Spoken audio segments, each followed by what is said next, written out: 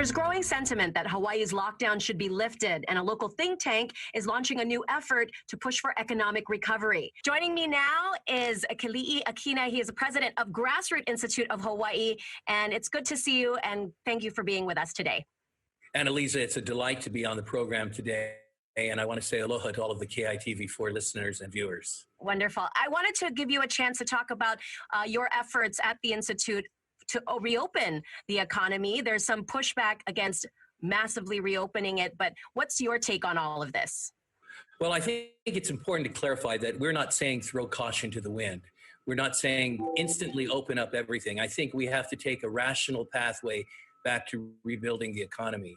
And you know, really, one of the things that is most heart-wrenching is every day I'm talking with people whose lives have just been utterly shattered by the fact that they can't go back to work, or businesses that have had to shut down and are unable to employ so many people.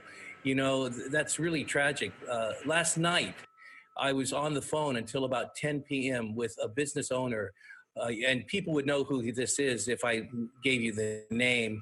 He has 4 restaurant bars that are very popular here in Hawaii. He was alone in his office crying inconsolably because he had just yesterday had to fire 80 workers and shut down his business. He can't make a go of it anymore. Aside from those really heart-wrenching stories that you're mentioning, is kind of the public health aspect. How do you balance the need for, more widespread testing to really get a grip on how far this virus really has permeated our community, because a lot of them are asymptomatic, as we've seen reports and studies of this? Well, I think it's important to understand that the public health needs and reopening the economy are not either or. It's not one or the other. The fact is we have to go aggressively after both goals. We need to keep the public safe, but we also need to begin opening sectors of the economy. I think one of the great things that has been done by our frontline workers and our government officials over the last 2 months is to teach people how to social distance. That's something we didn't know how to do at all. We're the aloha state, and we're always hugging each other and kissing each other, and we're very close to each other. The point is we've learned a new behavior.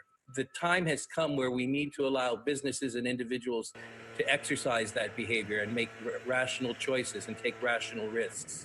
What's your assessment of the government's response to the economic fallout? We often talk about, testing and the public health aspect, as you mentioned, but what about the economic recovery? Have they done enough?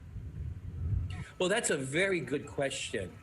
Economic recovery is not simply giving handouts. And that's my major concern, is that while it is so valuable to have an immediate safety net for people, and the ability to get them food and get them shelter and immediate medical care, that's a very temporary response. And the fact is, the government simply does not have the resources to continue providing this type of response. What we have to do is get the economy back into shape again.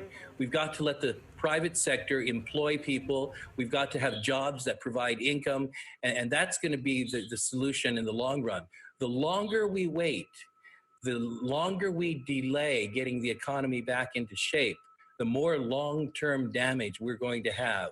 And already our state can't weather that. We've got more than $88 billion of unfunded liabilities that we have to pay. And this is before the coronavirus crisis came. That was the state's own fiscal condition. In other words, over the next 30 years, we owe $88 billion that we don't have. But with the coronavirus, the shutdown of business, and the loss of tax income, that figure has been boosted, and that's a terrible thing.